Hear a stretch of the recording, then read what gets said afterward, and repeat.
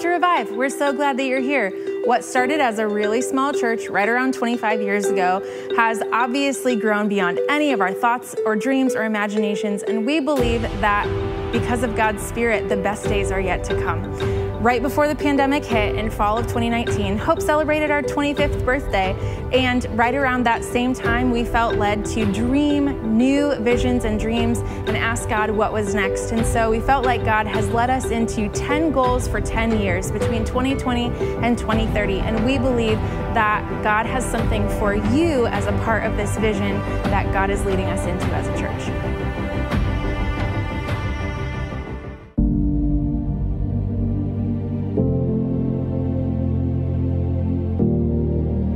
The vision reminds us that our best days are yet to come. Go out and share this good news. Build bridges of harmony. We want to be unity agents. Surf new waves of revival sent to the church by the Holy Spirit. We want to be a Spirit-filled church. Serve our neighbors in need as the hands and feet of Jesus. We want our cities to be positively changed and to be different 10 years from now than they are today because Lutheran Church of Hope is here. Not just city changers, but world changers, because Jesus says go into the whole world. We want to be an intergenerational church. We want to make disciples to go from seeker to believer, to follower, to servant leader, and around again. We want to be kingdom expanders. We want to be legacy makers. We want to love those who are broke, tired, scared, sick, in prison, lost, or wandering, because that's the heart of hope. Well, what's up, Revive? How you guys doing tonight? Yeah, woo! You guys ready to stand up and worship? Man, happy St. Patrick's Day. Man, we are so glad that you guys are here. And we say this every single week, but we really do believe it's no accident that you're here. And I don't know if you guys even know this or not, but I'm going to share it with you. Before each and every service here at Hope and all the services, there's always prayer partners praying over each and every seat. So the seat you taking a seat in today has been prayed over, and you're an answered prayer for being here. So that's awesome. But before we get started in praise and worship, let's go to around 3 people and say, man, I'm glad you're here.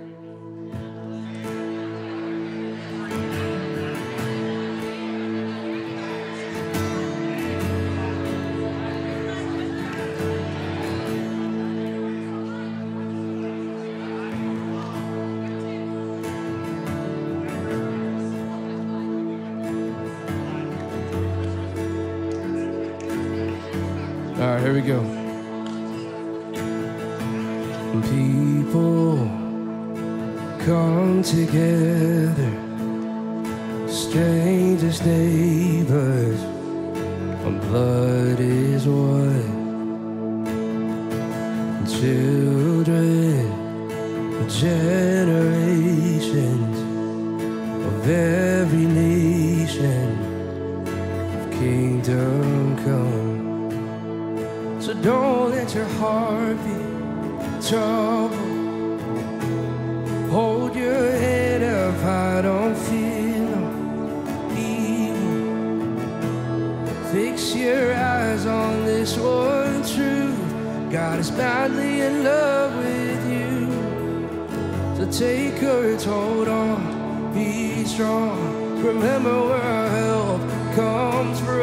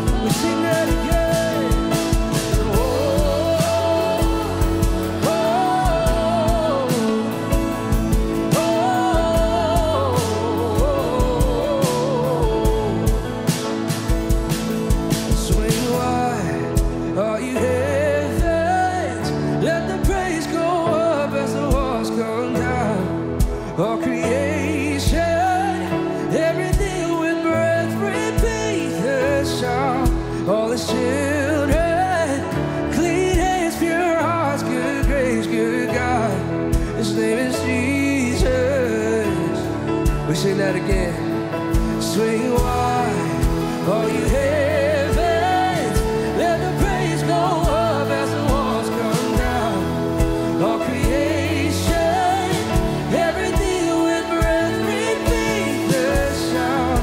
All the children, clean hands, pure hearts, good grace, good God. His name is Jesus. One more time now.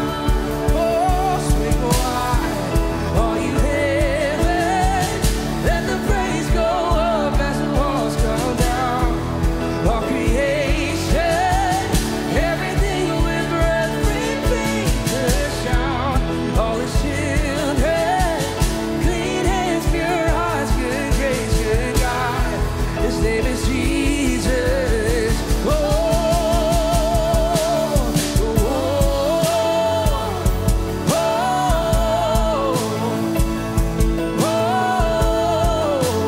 oh. We sing out and oh, oh, oh. Jesus, and Jesus, our redemption, our salvation is in His blood. Jesus, Light of heaven, friend forever, His kingdom come. We will now continue with the Bible reading.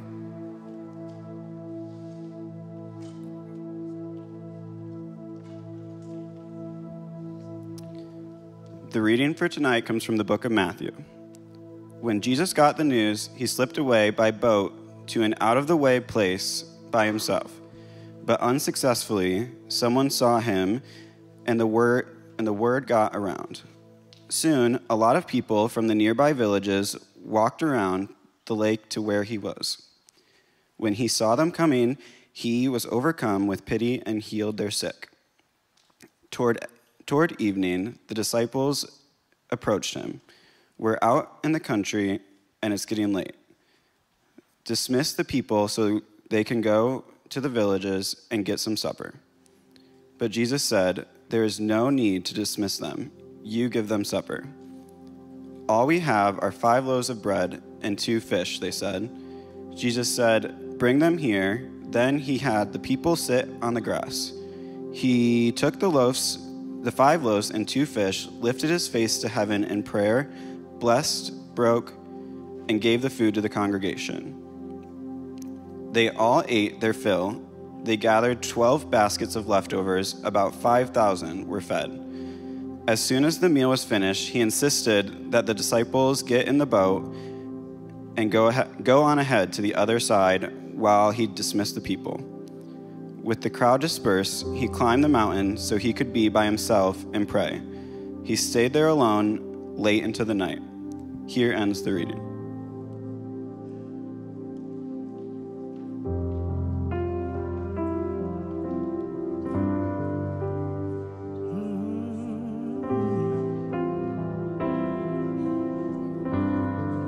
You are worthy to be praised, Jesus.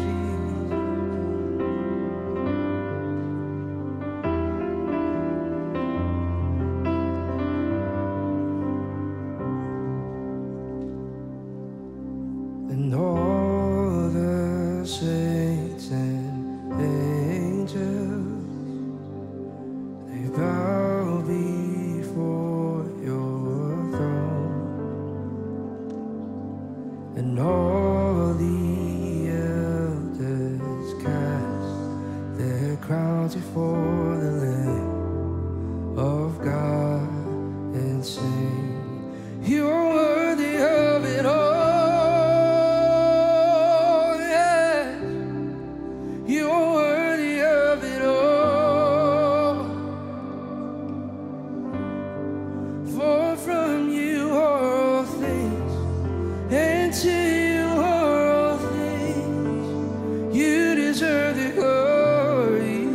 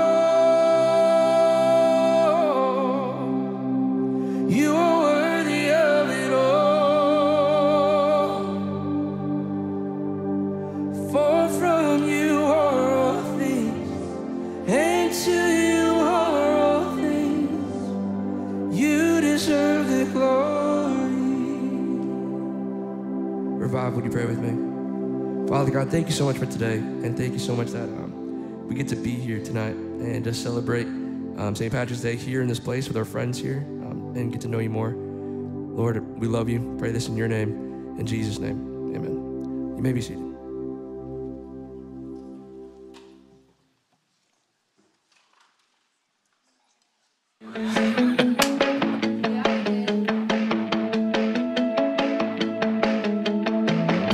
Welcome to Revive. This is a place for young adults in their 20s and 30s to connect with each other and to worship God together.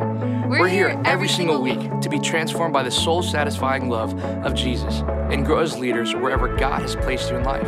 If you're brand new, we have a welcome gift for you as our thanks for being a visitor. Feel free to stop by the welcome tables in the back on your way out or on your way in next time. You can also fill out the Let's Connect card. If you want to become a part of the Revive team and share your gifts like in music, hospitality, prayer, audio, visual, doing the Bible reading, and more, then fill out the Put Me In Coach card. Come worship with me on the worship team. If you're an introvert like me, come hang out in the back. And whatever is happening in your life, we want to know how we can specifically pray for you. Let us know by using one of the prayer request cards. All of these cards are available on the welcome tables, in our Instagram bio, or on the Revive page on the Hope website.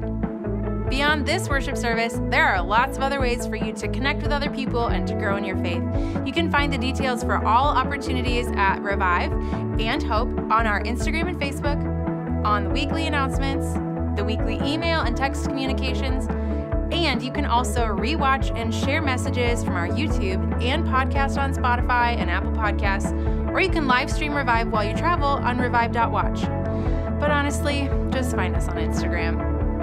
Our mission at Hope is to reach out to the world around us and share the everlasting love of Jesus Christ. As a church, our goal is to give away half of our income to mission partners and local nonprofits. If you want to give through Revive, head to LutheranChurchOfHope.org and click the green My Offering button on the top of the page. Or you can also text WDM Revive and a dollar amount to 515-219-9093. Thank you so much for being here and being a part of what God is doing here at Hope and Revive. We've been praying for you, and we don't think it's any accident that you're here. Welcome to Revive tonight.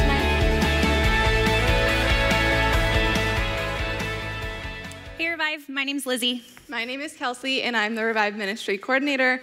We are so glad that you guys are all here and chose to spend your St. Patrick's Day with all of us. I love to see all the green. Good job, everyone. There's no like fun saying for St. Patrick's Day. I'm not going to try. Talking an Irish voice for the rest of the announcements. No thanks. I am Irish though, but no. Yeah, we're so glad that you guys are here, and whether it's your first time or your 100th time, we're just really glad that you're here, and we have been praying for you. Yeah, there's a ton of stuff happening at Revive, so we're just going to jump right into it. Yes, the first thing that we have for you guys is happening in a little while, so like mark your calendar, don't forget about it. March 31st, Thursday after Revive, we are going to be hosting a hospitality team training. If you have been interested in serving Revive in some way, this is a really, really great way to get involved. Hospitality is basically the people that make you feel welcome when you come for the first time or the 100th time. And so we would love to have you guys come and help learn a little bit more about how to make a warm welcome at Revive. That is just going to be right after the service. So on the 31st, just chill out right here in those seats and just stay. Yep. And then we will do that training and then send you on your way. But yeah, we would love to have you at that. Awesome. Our next announcement is for the ladies only. Sorry, dudes. Choose your own adventure. It's happening on March 25th, next Friday from 6 to 9. There's a ton of fun breakout things. I think I saw you get to learn how to drive a semi-truck. So if you've ever been curious about that, I don't know where else you're going to get that kind of knowledge. So come to this event. Also, Jamie is speaking. So if you want to come and support, that would be awesome. It's $15. There's going to be food. It's going to be a great time. And you can register on the Hope website. Yeah, I'm super, super excited about that one. We also are going to have an Unhurried Life class study happening here. Is that already next Tuesday? That is next Tuesday, you guys. So in the season of Lent, Jamie is going to be leading a class on the Unhurried Life. Jesus never hurried, so why should we? And also that's what our whole sermon is about tonight, so that's kind of great precursor for this class. Yeah. So if you're interested in joining this class, it's going to be just 2 weeks long, so not a huge commitment, which is really great. March 22nd and 29th, 6:30 to 8 p.m. You can sign up on the Hope website. We'd love to see you guys there. It's going to cover some great topics. Yeah. I'm going to quote the great Beyonce again and say, okay, ladies, now let's get information about the Zumba event that I'm hosting. It's this Saturday. Thank you. This Saturday from 11:30 to 12:30 down at Lovely Laura's studio. She's letting us use. And we're just going to be, if you've Zumba'd before, great. If you've never Zumba'd in your life, just come. It's going to be awesome. Super low stress environment, no pressure. Everyone's going to be kind of just figuring it out. I'm going to be figuring it out as I go because I've never taught a class before. Still come, please. But wear clothes that you don't mind, like moving and jumping and shaking in. And then, afterwards, we're going to go get Starbucks. So if you don't want to come to dance, come and get the Starbucks afterwards. So that'll be this Saturday from 11:30 to 12:30. And you can register on Facebook. There's an event for it. And then... yeah, also just register on the Hope website. Also on the Hope website. But please register so we know how many to expect. I will be the person like sitting, laughing, watching, and getting a Starbucks. If you want to join me, please come. It's going to be so much fun. Another announcement that we have for you guys is the dinner parties. So you guys have probably seen a whole lot of fun happening over in the bridge, which is the big room right over here. This is happening all the way until April 7th, so we only have a few more Thursdays to soak this up. So a really great time to have some good community time with good people, which is all of you. And there's free dinner from Hope from 6 to 6:15, or you can bring your own dinner, whichever you like, whatever you prefer. But we would love to have you come and connect. We have games. It's just a really good time to meet some new people or hang out with your friends. Yeah. Our last announcement about tonight specifically is prayer partners are going to be available in the back. If you've had someone pray for you before and you just have something on your heart tonight, they would love to pray for you. If you've never been prayed for before, still go back and just kind of ask them. If you don't have anything specific, they would love to just kind of sit and pray with you. We have a lot of very gifted prayer partners here, and they would just love to pray with you. So back in the family room after the service. And I have one more surprise announcement. Because it is St. Patrick's Day, and because you all wore green and chose to be here with us, which is just so awesome, we decided to have some of the green Lucky Charms in the back after the service. I didn't know this. They turned the milk green. Okay. I'm excited about it. If you have a lactose allergy or don't do regular milk, we have some oat milk for you as well. So we just want to encourage you to stop in the back on your way out. Enjoy some community time and some Lucky Charms. Let's just all like be 5 again for a few minutes. I think that'd be great. So awesome. Yeah, those are all of our announcements. We just want to say thank you again for being here. We're really excited to have you. And welcome to Revive.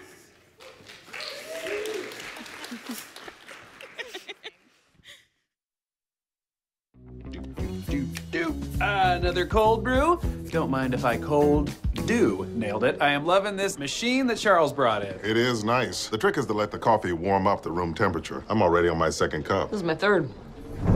Stop!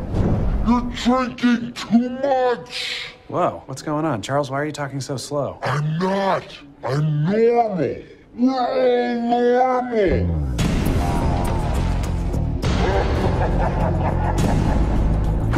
Oh my God, if you're not going slow, that means we're going faster. Are we going fast? Can anyone tell if we're going fast? I don't think we're going fast at all in any way whatsoever. I feel like we're going slow in every way whatsoever. Captain, how do you feel? Great, excellent, amazing. I feel better than I've ever felt in a moment in my entire life. So we're all fine? Yep. Yep. Yep. Yep. Yep. Yep. Yep. Yep. Yep. Yep.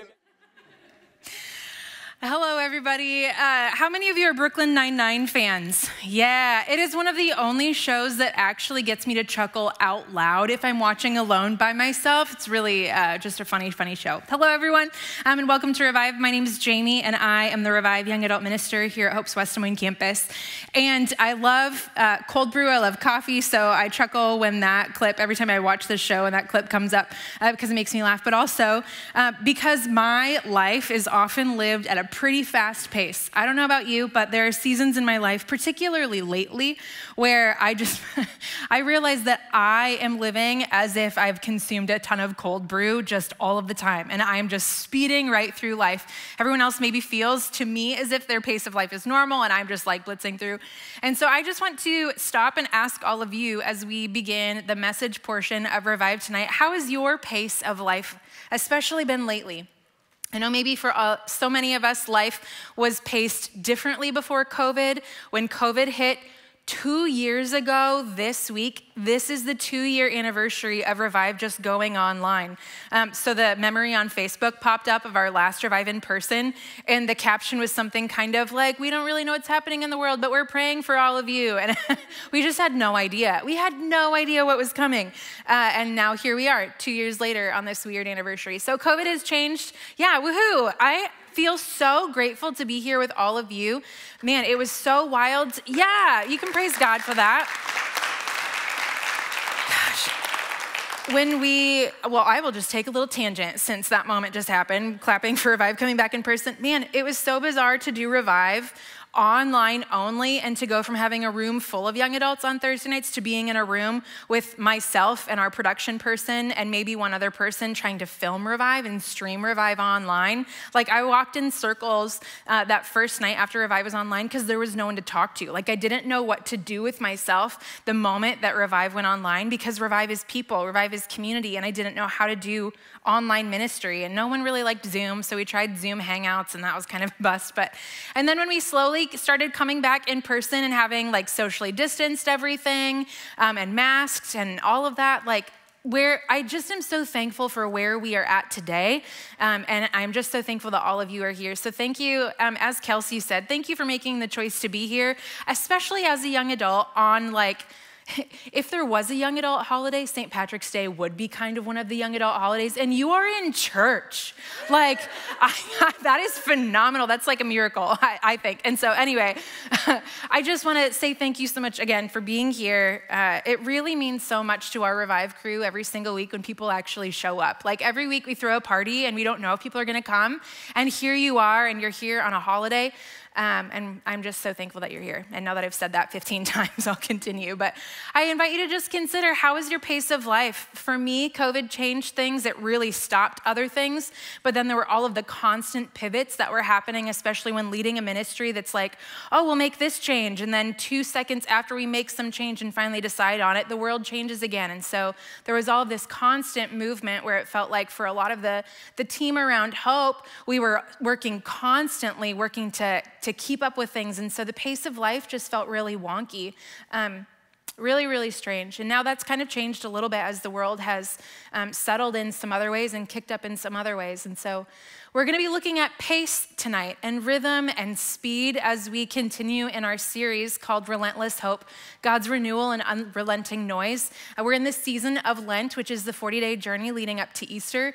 And I really want us to really think tonight about this subheading for this series, God's Renewal and Unrelenting Noise. We planned this series before Russia invaded, or Putin invaded Ukraine. And it feels like, man, in a world where the 24-hour news cycle had something yet again to really spend a lot of time on, really important stuff, but there is unrelenting noise in our world. There's unrelenting noise in our lives. And I don't know about you, but I am in desperate need of God's renewal in this season. I'm always desperate for God's renewal because that's always good, but particularly in this season right now. Renewal is really important because it makes us new again. We find the newness that God has for us, especially if we feel stuck or like things get stale. And so God's renewal is just really, really important. So tonight, especially, we're going to be talking about busyness, or at least we're going to start by talking about busyness.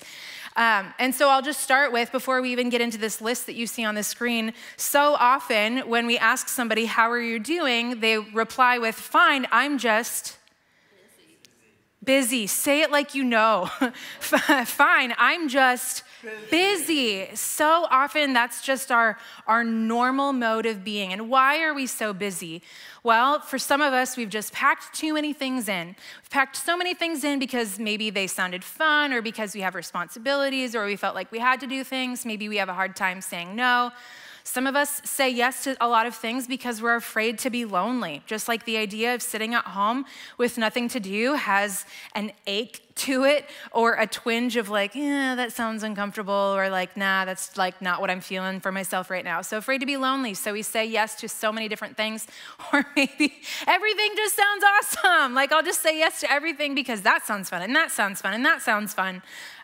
Sometimes we're so busy because we have trouble with time management and prioritizing, or a fear of somehow being behind in life, behind in career, behind in hobbies, behind in social groups, behind in relationships, behind in all sorts of different ways, or we just have FOMO. We've got some fear of missing out. And there's all sorts of other reasons as well, but these are just the first ones that kind of struck me when I was thinking about busyness and how and why we are so busy.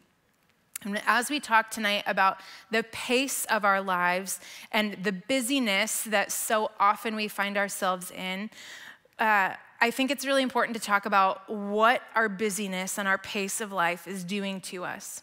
Our pace of life is contributing to our rates of anxiety on a national level, to our rates of depression. Sometimes we just have trouble with boundaries, and the speed of our life doesn't help us figure out those boundaries. It's impacting our spiritual lives, where we don't have time to pray, or I don't have time to read the Bible. I'm so busy. I'll do it tomorrow, or I'll do it next week, or I'll do it this weekend, or I'll go to church next weekend, but I don't have time this weekend, whatever. Some of us have trouble sleeping because of the pace of life, where we have health issues or we have burnout. And these aren't just Jamie things. These are things that research shows that our mental, emotional, spiritual, physical bodies are impacted by our schedules. And I think so much of this comes down to fear, and to the fear of what might happen if we would just stop. Just pause. If we just have a Friday night at home, hanging out with our bad selves. A couple years ago, I decided to try eradicating fear from my life. And let me tell you, when you start overturning stones looking for fear in your life, you find it in a lot more places than you expected, which is a very humbling experience.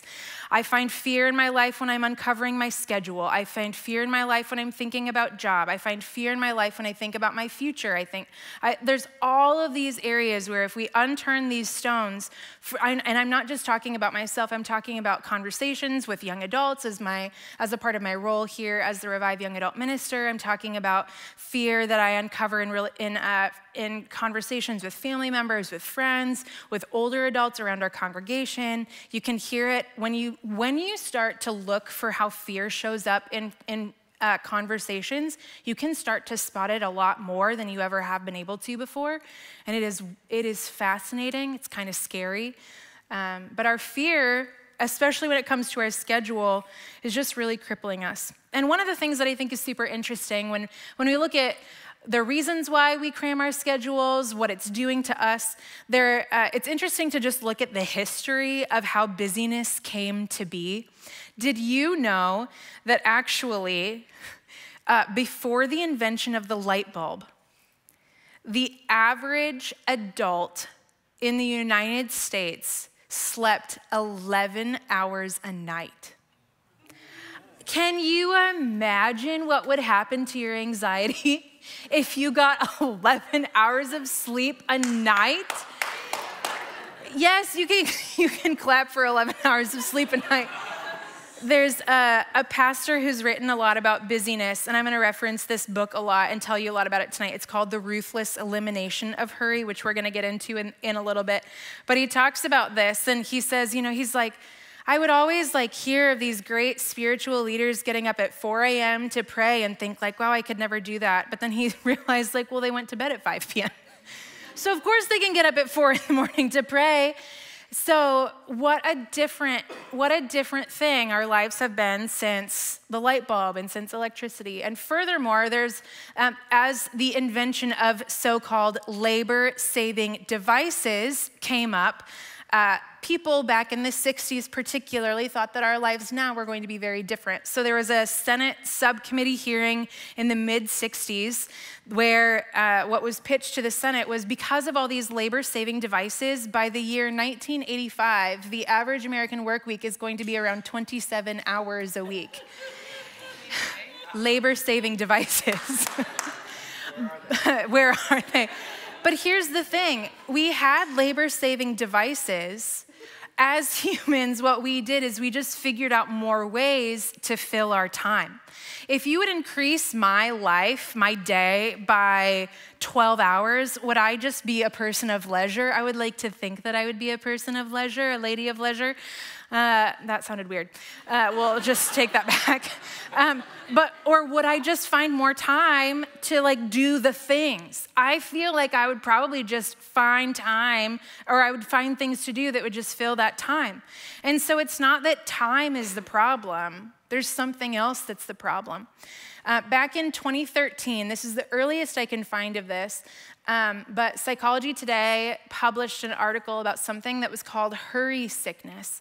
And hurry sickness is a behavior pattern characterized by continual rushing and anxiousness, an overwhelming and continual sense of urgency, a malaise, there's a $10 word for you, in which a person feels chronically short of time, and so tends to perform every task faster and to get flustered when encountering any kind of delay.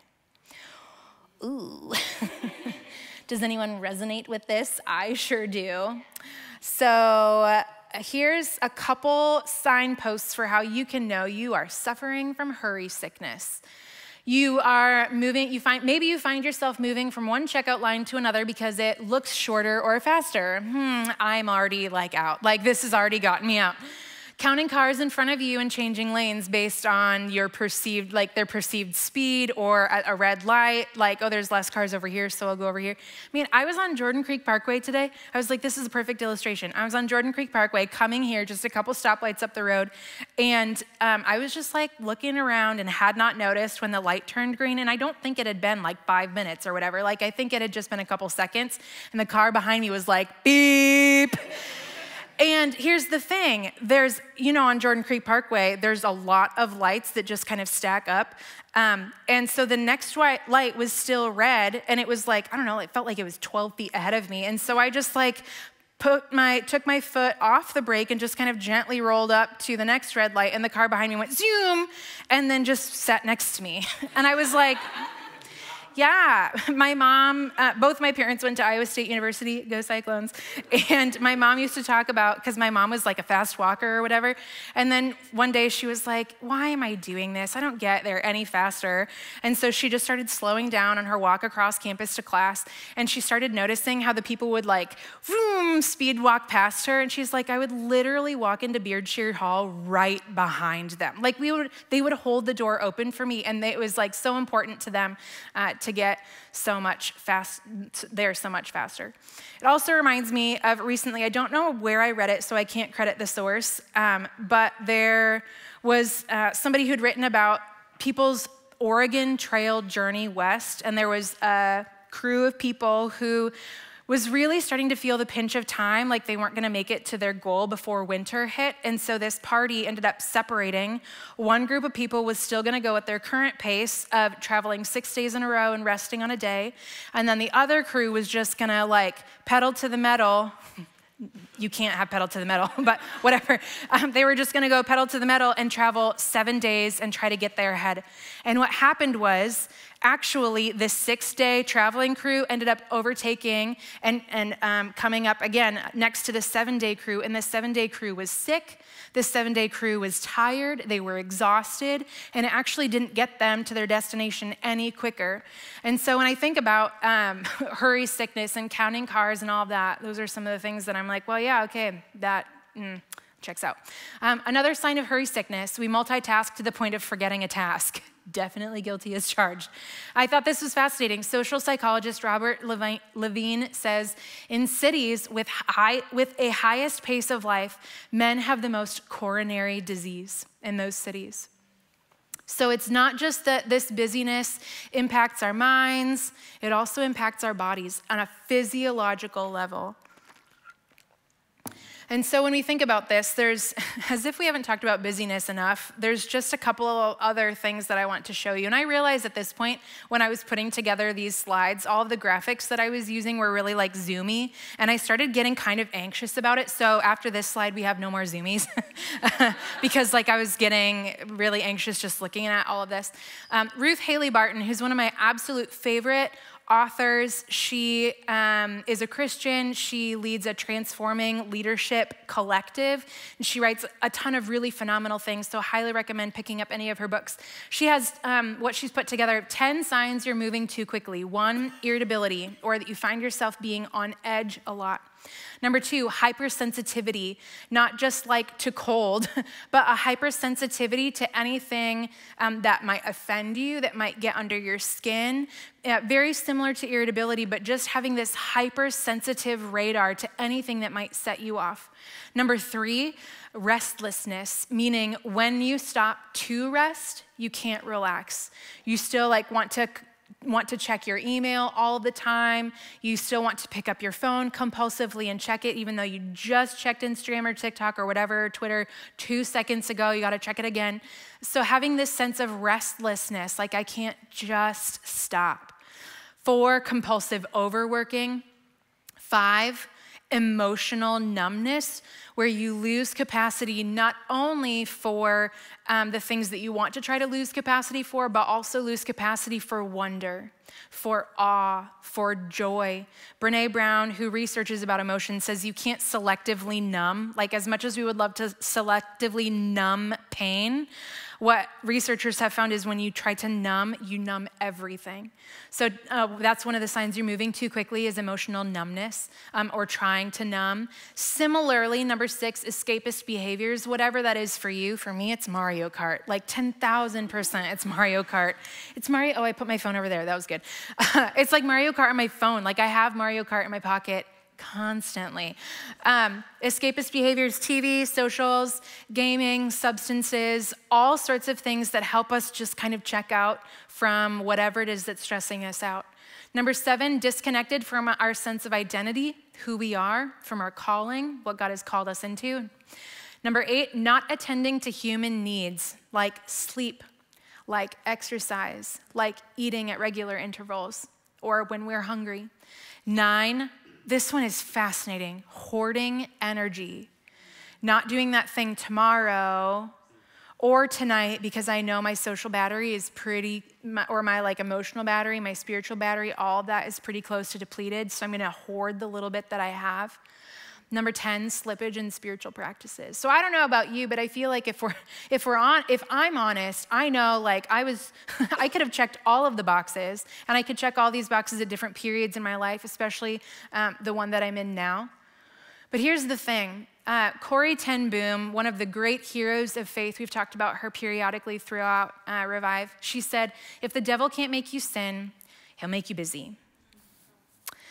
Because as John Mark Comer, the pastor who wrote this orange book that I'm going to keep talking about, he says, both sin and busyness cut off our connection with God and ourselves and other people. And so isn't that fascinating to think about, like, okay, if the devil can't, quote unquote, make you sin, he'll just make you busy so that you can cut off that sense of connection with self, with God, with other people. Carl Jung, like the Carl Jung who he didn't come up with Myers-Briggs, but like developed Myers-Briggs, has made incredible contributions to our understanding of psychology, wrote this: hurry is not of the devil, hurry is the devil.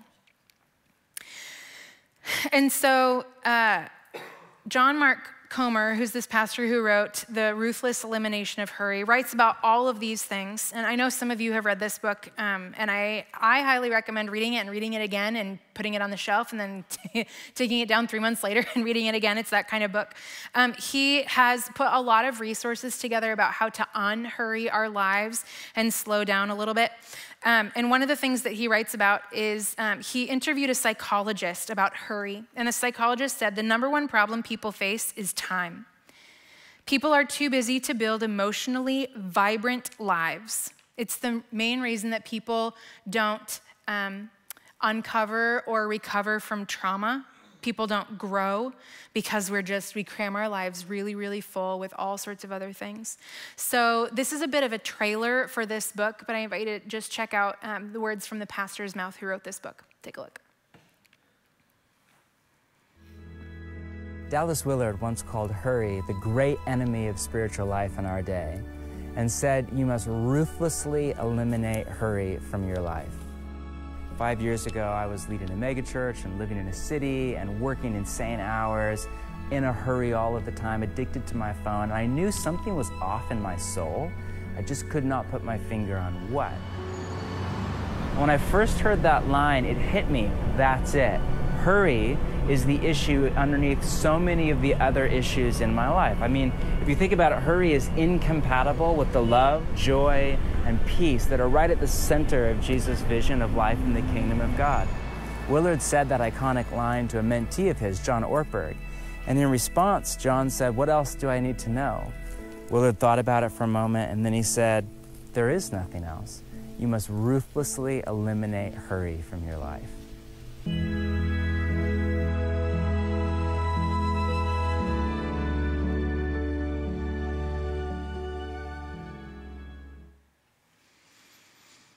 What would it look like for you to ruthlessly eliminate hurry from your life? Here's that short conversation.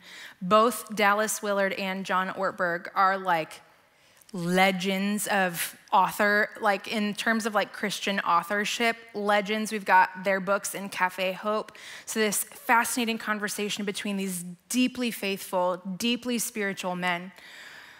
John Ortberg had gone to Dallas Willard as kind of like a mentor conversation and asked, what is the number one enemy to the spiritual life?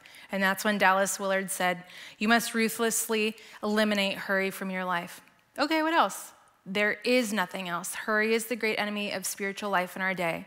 You must ruthlessly eliminate hurry from your life. And I know you just heard it, but I wanted you to see it again, to just let it absorb and let it sink in. So I invite you to consider What would that look like for you? If you needed to start eliminating, not just casually, hurry from your life, what would that take? What would that look like? And I see a lot of like restlessness in the room, so I feel like that's striking a chord. So we're gonna move on. We'll just keep going. When we think about this, one of the things that I think is always important, it's not just important to look at what Scripture says, but like, what does Jesus have to say about this? And when we think about who Jesus is, Jesus didn't hurry. We don't have any Scripture references to Jesus hurrying. We have a lot of people who hurried to Jesus and said, this person is sick in my life, please come help. But Jesus didn't run. Sometimes he actually stopped for a couple more days before going, and it really aggravated his friends that were like, no, Jesus, I need you over here now. So from the scripture reading that you heard earlier tonight, there's this story of Jesus feeding the 5,000, which is a somewhat familiar story. But what I wanted to do was, we're gonna look at that story, but I also wanna highlight for you how this story is bookended. This story is bookended with Jesus resting, Jesus' pace of life. And I think it's fascinating and important to notice, it's not just the miracle that Jesus performs, feeding 5,000 people with a very small amount of food. This miracle is couched between, kind of in the connective tissue of Scripture. You don't just look at the stories, you look at what connects them, what's the context, what's coming right before and right after. What's coming right before and right after is Jesus resting. And not just resting, but insisting upon rest. When Jesus got this news, and this was bad news, he got the news that his cousin, John the Baptist, had just been murdered, beheaded actually. When Jesus got this news, he slipped away by boat to an out-of-the-way place by himself, but unsuccessfully. Someone saw him and the word got around. Soon a lot of people from the nearby villages walked around the lake to where he was. When he saw them coming, he was filled with rage and ran away. No, that was just me. Okay, just kidding. When Jesus saw them coming, he was overcome with pity and he healed their sick. Toward evening, the disciples approached him. We're out in the country, it's getting late. Dismiss the people so they can go to the villages and get some supper. But Jesus said, there is no need to dismiss them. You give them supper. All we have are 5 loaves of bread and 2 fish, they said. Jesus said, bring them here. And then the story continues. Jesus prays over them. He blessed the 5 loaves of bread and 2 fish, and then he gave them to the disciples, and they distributed them to the crowd. And 5,000 men and an additional number of women and children ate, and then they collected multiple baskets full of stuff that was left over. And then as soon as the meal was finished, Jesus insisted that the disciples get in the boat and go on ahead to the other side while he dismissed the people. With the crowd dispersed, he climbed the mountain so he could be by himself and pray. He stayed there alone late into the night. Some observations. Jesus had a regular rhythm of rest and solitude with God. These are by no means the only times in Scripture that we see this. I picked this Scripture passage because it was so closely bookended, though, with Jesus resting, doing something, Jesus resting, doing something, Jesus resting. Rest was a regular rhythm for Jesus. And when you're both fully human and fully God, you don't just like do things by accident. Like you do those things with intention. So this was a priority for Jesus, especially when Jesus was needed so much by people. Some of us, or maybe some of you feel like you're in professions or occupations or vocations where you just help people all the time. That's awesome, that's great, and that's wonderful. Even Jesus didn't say no to his own rest for the sake of helping other people all the time. There are a couple times in this where Jesus was like, oh, okay, rather than turning them away, like I will help. But there's nuance to that, which we're gonna take a look at. So Jesus had this regular rhythm. Jesus was constantly interrupted. However, Jesus didn't melt, as so often I want to do. Did you see the new emojis that got released, like the 500 emojis or whatever? One of them is a face just melting into a puddle, and I resonate so deeply especially as I'm working full-time and in school full-time. And I really resonate with melt. It's not healthy for me, I recognize that. But Jesus didn't melt and actually turned towards people when interrupted. Why does Jesus do this? And I think sometimes more important for me, how was Jesus able to do this? Well, Jesus was in such a regular rhythm of rest that interruptions, he wasn't just so low at the bottom of his battery that one interruption just sent him out into orbit. He was like, I can't do this, and just like flew away and left or whatever, you know? Like Jesus had, I don't know if Jesus could fly, but that's kind of an interesting concept for me to think about sometimes.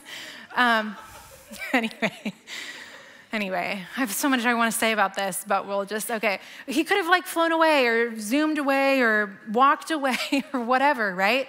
He could have done so many things. But when Jesus was interrupted, he didn't melt. He actually turned toward people. And how? C.S. Lewis apparently said once upon a time that who you are when you're interrupted, how you respond when you're interrupted is who you really are. And I felt that one. Jesus was so constantly resting, refueling, and refreshing that he never found himself at the bottom of a battery with just on your phone or whatever when the battery turns red or whatever. So Jesus always had bandwidth for distractions and for interruptions. Jesus actually probably saw the distractions and the interruptions that came as his next thing to do. I thought I was gonna do this, but I guess this is the thing that God has for me, and maybe he had foreknowledge of that, I don't know. But Jesus turned towards people because of this constant, regular rhythm. I also think it's fascinating that the disciples wanted to get rid of the people. They were like, Jesus, it's getting late. Dismiss them. Let's get rid of them. It's time for them to go. Jesus said, no, let's feed them. And then when they were like, well, we don't have any food, Jesus said, well, actually, before we get there, Jesus actually said, you feed them. Jesus delegated. Some of us need to delegate as well. The disciples wanted to get rid of the people. Jesus said, no, actually, we're gonna feed them, but I want you to try. I need you to figure out how we give from places where we already have rested. This is really an important lesson that Jesus wants his disciples to pick up. Here's something fascinating that I have learned in school, that anything you read in scripture is not just for the benefit of knowing what happened. It's not just a historical account. Everything that Jesus does in scripture is for the benefit of the disciples, to learn about this way of Jesus, to be transformed by the presence of Jesus. Thereby, then, anything that is meant for the disciples is meant for you and me as disciples. So Jesus is telling us this is what you do. You rest regularly. Then when interruptions come, you have the wherewithal to see them not necessarily as interruptions, but as the opportunity that is ahead of me. Maybe to delegate, maybe to train somebody else in this way, but to turn towards people. And then the thing that I think is fascinating, Jesus, this word is used, I could go back, but I'm not going to. Just said then that Jesus insisted on his solitude time. It was non-negotiable for Jesus. The other thing I think is fascinating is we don't know exactly how old Jesus was in this scenario, but it hit me. We know that Jesus' ministry was 3 years long, between ages 30 and 33. I don't know how many of you are in that window of 30 to 33, but as young adults, as a ministry for young adults in their 20s and 30s, I know a lot of you are close at least to that window. Jesus is like our age in this scenario.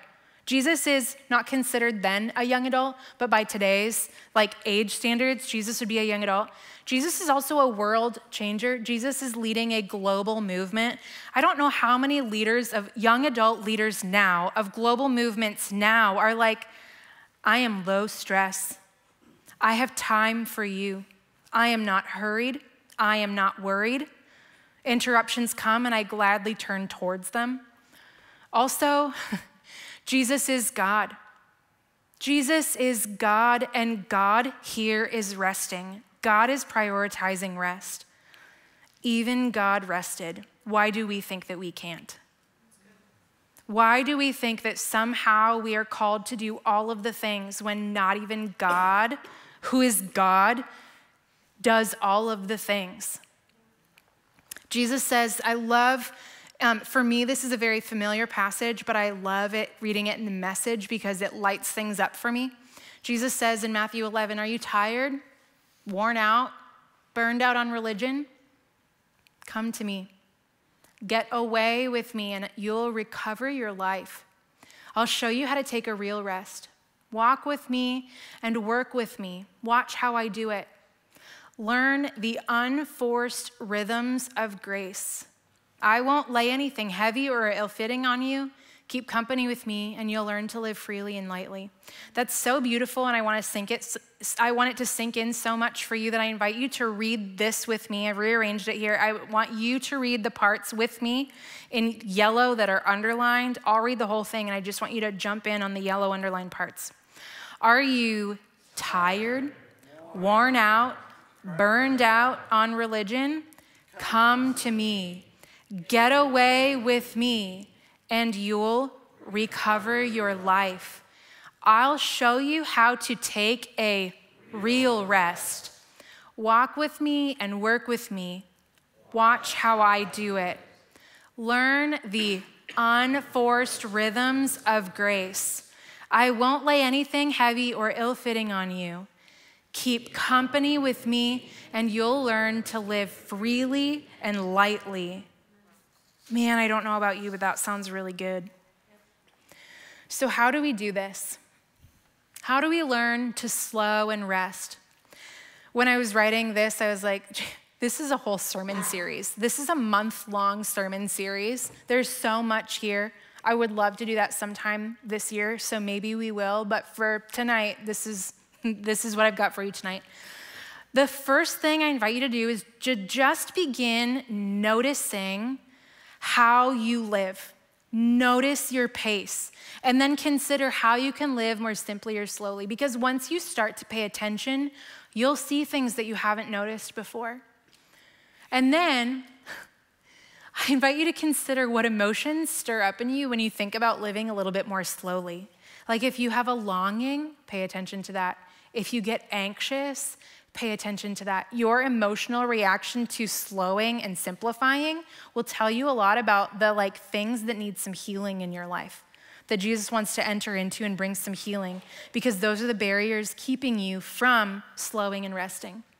And then I invite you to consider this. This is something that Pastor Richard here has taught me and so many around. This is, I think, one of the most invaluable lessons that I have ever learned in my entire life. How can you calendar your priorities?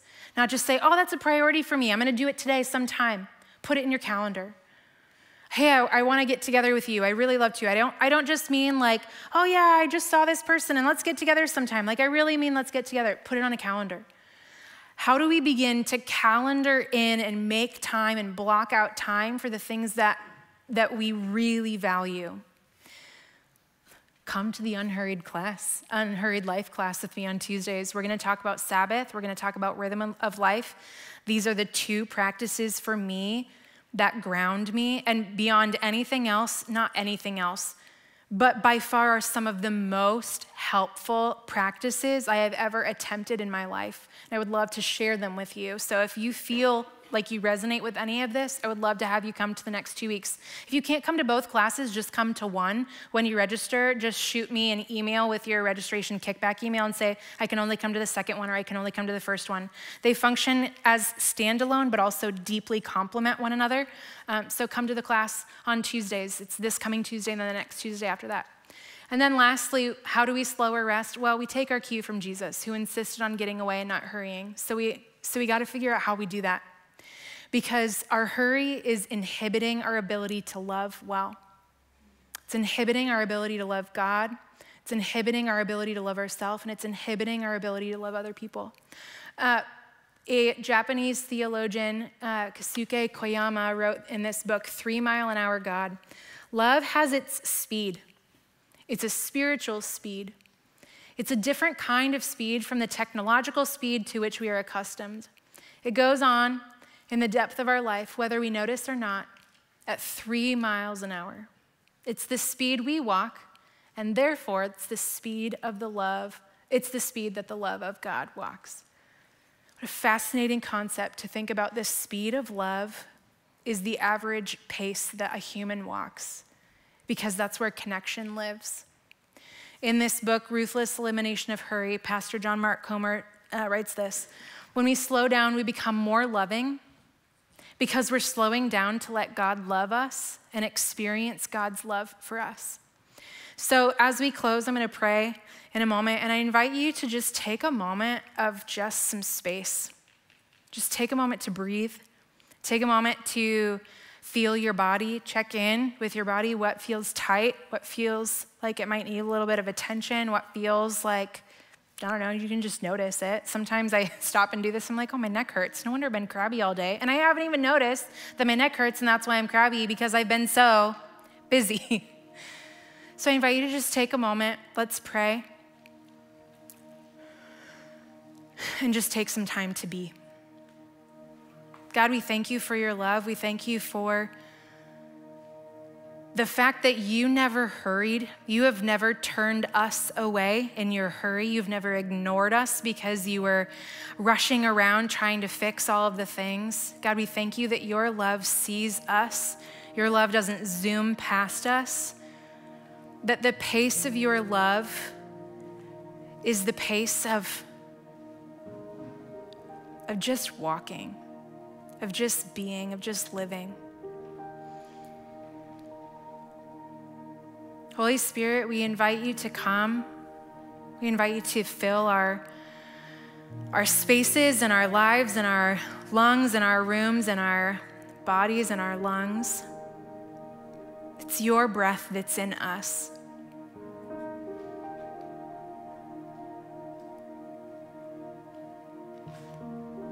God, as we take time to just notice where we're at, we ask that you'd illuminate things to us. Show us what you want us to know.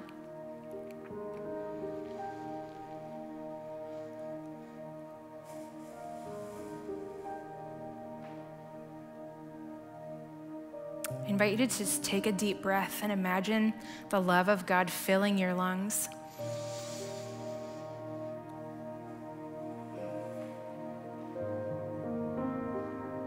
The next breath you have, I invite you to take a really deep breath and imagine the peace of God filling your body.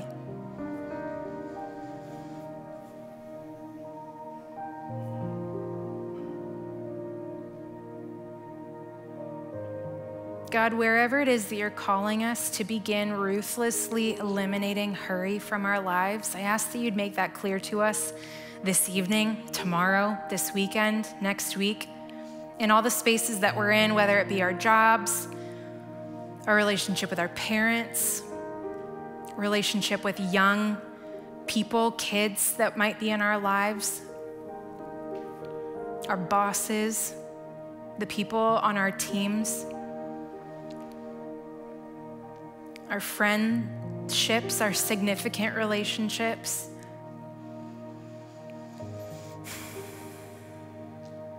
The places where we volunteer, the other communities that we're a part of as a part of our hobbies, the things that we say yes to, the things that we put on our calendar, the things that we write on our to-do list in our notebooks or our phones or wherever we keep track of those things, maybe just in our minds. God, help us to draw closer to you through this idea of eliminating hurry from our lives. Help us to draw closer to ourselves. Give us the courage to get uncomfortable with it.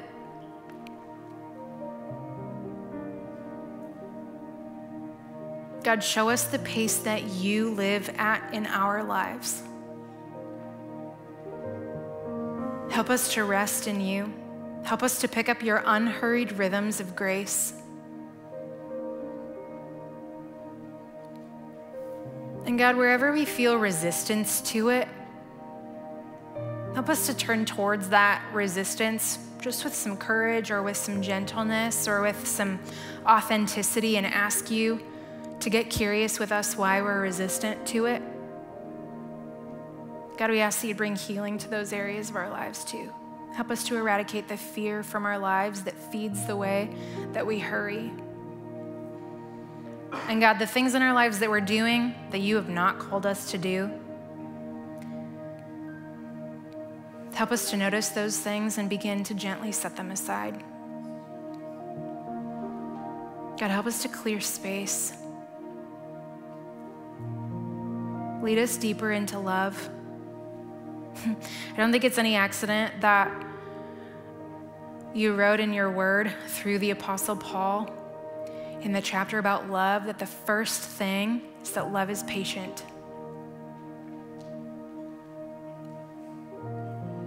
God, we also know that that is a fruit of your Spirit in our lives. So we ask for your Spirit to come and fill us so that we could know because we're more loving. We would know that you're present with us because we're more joyful. We would know that you're present with us because we're more patient. We would know that you're present with us because we are more gentle and kind and have self-control and are faithful to the things we've said yes to because we know that you want us to say yes to them. God, help us to be so unhurried as people of you that it changes the communities that we're in. Help us to love people so well because of our patience and our unhurried life that it leads people to you. God, we ask for the grace that we need to do this. We ask all these things in Jesus' holy name. And all God's people said, amen. Let's stand and worship together.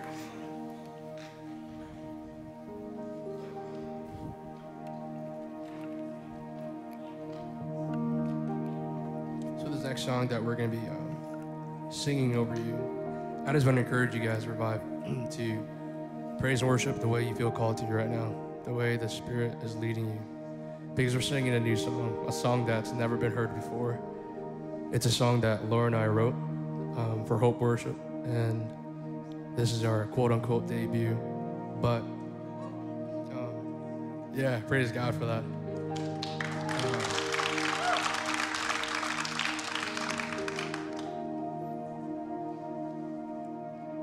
You know, when we wrote the song, we were writing it from a place of just God is faithful.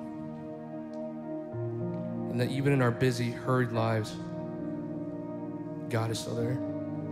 Jesus is still here with us.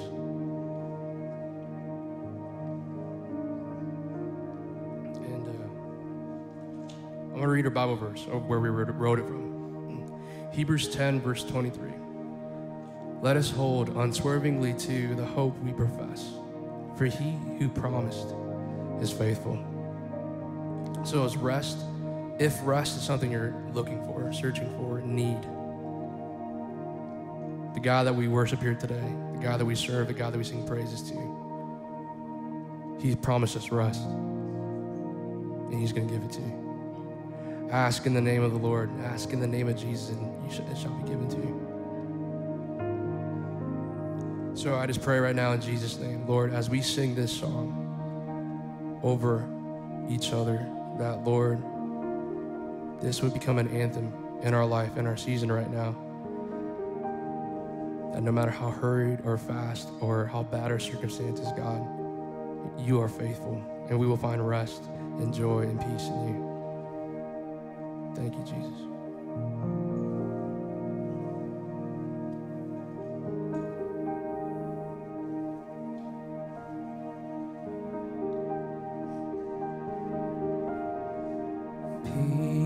By piece, day by day, you are restoring me. There's not a place you won't reach. Your love is here for me. You are good. You always have been. You always will be. I put my hope in your faithfulness.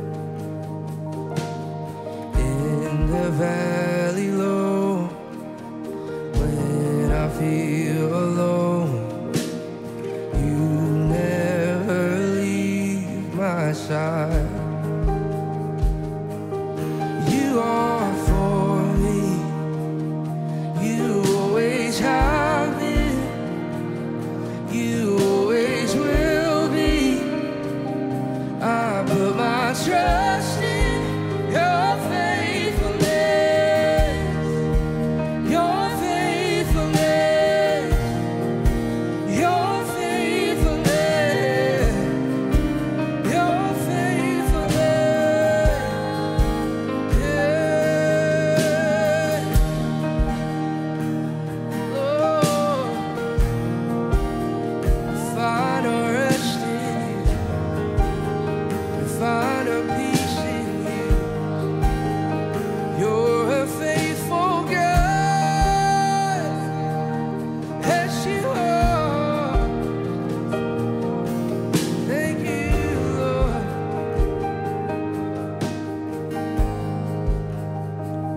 I set my eyes on you and trust in your promises, abide in you.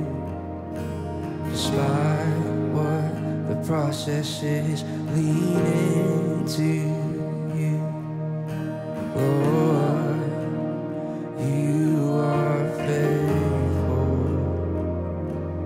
Yes, you are.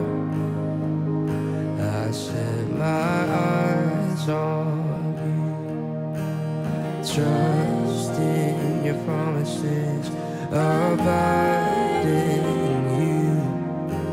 Despite what the process is, lean into you. Lord, you are faithful. I set my eyes on you. Trust in your promises, abide in you. Despite what the process is, lean into you. Lord, you are faithful.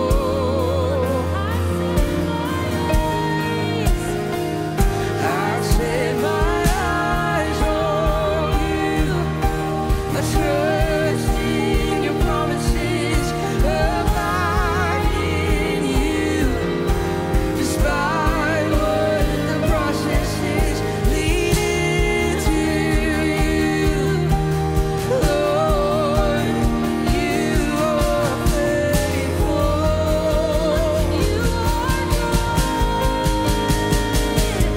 You are good.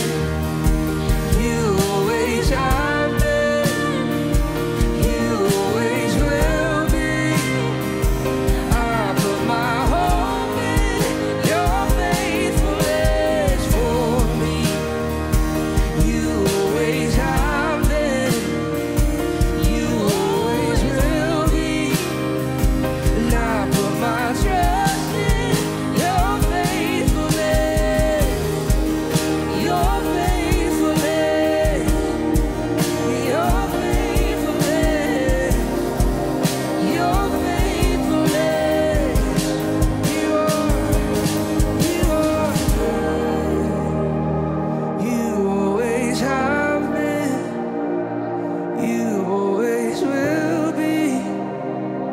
I put my hope in your faithfulness for me. You always have been. You always will be. I put my trust in your faithfulness.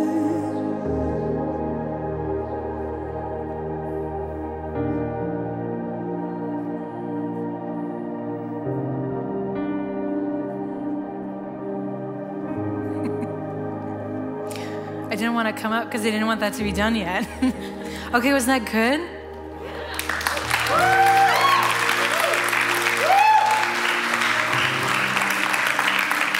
Yeah. Praise God for all people and also for Jacob and Laura's songwriting skills. Okay, so I have a couple announcements, but I'm going to do them in a different order. If you can go to the worship night one, we're doing a worship night here at Revive in a couple of weeks, and I'm really excited about it. How many of you have been to the worship nights that we've done in the round? Okay, So what we do for these worship nights, or at least what we've been doing lately, is we rearrange all the chairs here into a giant circle. The band is in the middle, and it just, man, the vibes are on point. And I just want to tell you some really fun news that not only are we doing this worship night in a couple of weeks on Thursday, April 7th, we're also going to be singing this song more, which is also really fun between now and then, because we're going to do a live recording of that song here that night, which is also going to be really fun. So don't miss it. Like, don't miss it. It's going to be really cool. And there's more details to come on some other fun things that are going to be happening that night. So make sure you mark your calendars for Thursday, April 7th. I think that's 3 weeks from today. And then a couple of the other announcements. I also just wanted to say thank you. We don't have a slide for this, but I wanted to say thank you to everybody who brought donations for our Hope Ministries. Make a bed and keep them fed. Yeah, keep them. So many of you brought donations. We adopted some beds at Hope Ministries at their shelter. And so I just wanted to say thank you. There was a really awesome crew of people that got to go last night and take those donations, tour the facilities, meet some of the people that really, really benefit from the ministry of Hope Ministries. The crew got to meet one guy that said, if it was not for this place, I would not be alive. And also he shared with the crew that went last night, his favorite classes there are the ones about Jesus, or the ones about God. So thank you so much for what you do, just by being a community that reaches out in love, because it makes a difference. So then if you'll help me by going through the announcement slides, because I'm just having so much fun, I don't remember them all. Oh yeah, sign up for the class that's happening on Tuesday about an unhurried life. We're looking at Sabbath first, I think, and then rhythm of life second. So those are going to be the things that we're looking at. I'm really excited. You can register on the Lutheran Church of Hope website. And then I think the other thing I wanted to remind you of is the Zumba party hosted by Lizzie, the Zumba extraordinaire dancing queen, on Saturday. And then did I have anything else? Prayer partners available after Revive tonight. So the other thing then, lastly, in addition to sticking around for prayer, is we've got Lucky Charms in the back of the room. And I think Lucky Charms are gluten-free. So if that is a need of yours, we have, General Mills has graciously accommodated that need as well. So thank you so much for being here tonight. I'm so grateful that you were here. Go in peace to love and serve the Lord. Thanks be to God.